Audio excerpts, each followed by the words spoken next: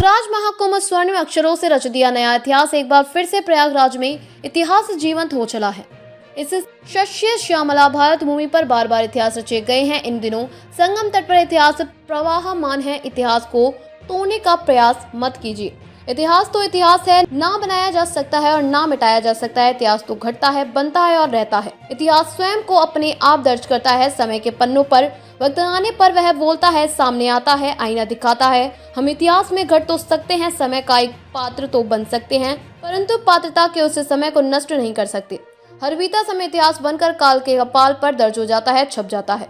कुंभ का इतिहास हमारी सभ्यता और संस्कृति में लीन हो चुका है। यह स्थिर है, समय की बाध्यताओं का गुलाम नहीं है। भगवान कृष्ण ने जब युद्ध के मैदान में अजरता और अमरता का संदेश दिया, वह आज भी इतिहास में है, कल भी इतिहास रहेगा। इसी प्रकार समुद्र मंथन की वजह महागाथा भी सदा रहेगी। आत्मा की भांति इतिहास अक्षुण्ण है। आज भी यदि प्रलय को जानते हैं तो प्रलय से पूर्व का इतिहास भी हमारे साथ चल रहा होता है। इतिहास समय का ऐसा कालखंड, ऐसा कालपात्र है जो अक्षय है।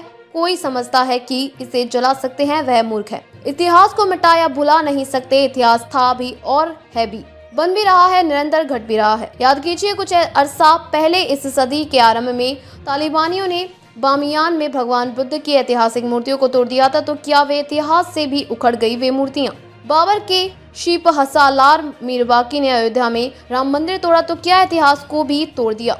काशी विश्वनाथ का उखाड़ा शिवलिंग या कंस के कारागार में बना कृष्ण मंदिर आज भी इतिहास के अंग है।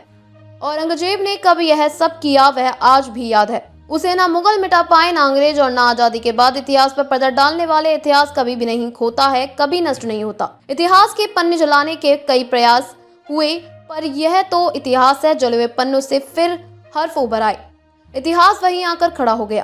क्या स्वाधीन भारत में इतिहास को मिटाने का सुनियोजित षड्यंत्र हुआ, या फिर 1947 के बाद इतिहास को छुपाने की कोशिश हुई? क्या यह अर्धसत्य है या फिर वास्तव में ऐसा हुआ? क्या नियंताओं ने देश के इतिहास का बड़ा गर्व किया? इतिहास को जब आजाद भारत की पाठ्य पुस्तकों से हटाया गया तब सफलता तो मिली, लेकिन फिर पुस्तकें बदली, इतिहास वहीं लौट आया। याद रखिए, इतिहास ना अंकराता मिटा पाया, और यदि अब फिर कोई चाहता है तो नहीं मिटा पाएगा। बात साफ है कि नया इतिहास बन तो सकता है, लेकिन इतिहास मिटाने की कोशिश करने वाले खुद मिट जाते हैं। पर भूलकर भी इतिहास को मिटाने की कोशिश मत कीजिए, कुछ नहीं मिटेगा, उल्टे आप ही इतिहास के कटघरे में खड़े हो जाएंगे। याद है ना, बाबर, अफजाली, औरंगजेब, मानसिंह, चंगेज, तैमूर, जयचंद, डायर आदि आज भले मर चुके हों, पर इतिहास के पन्नों पर वे जिंदा हैं।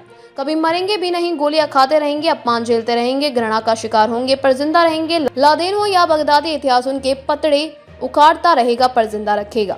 इतिहास में यदि कुंभ है, रामकृष्ण है, अध्यात्म है, ऋषि मुनि है, अखंड भारत है, तो यवनों का इतिहास भी है। मुगलों के 600 साल और अंग्रेजों के 200 साल लंबे इतिहास के रूप में दर्ज हैं, इन्हें बना रहने दीजिए। मुगलों के इतिहास की भर्त्सना की जा सकती है, बुलाया नहीं जा सकता। उनकी दास्तान इतिहास में रहेगी, पीढ़ियों के जहन में भी। इसी तरह अंग्रेजों का भी इतिहास भी हमारे जहन को पीड़ा देता रहेगा।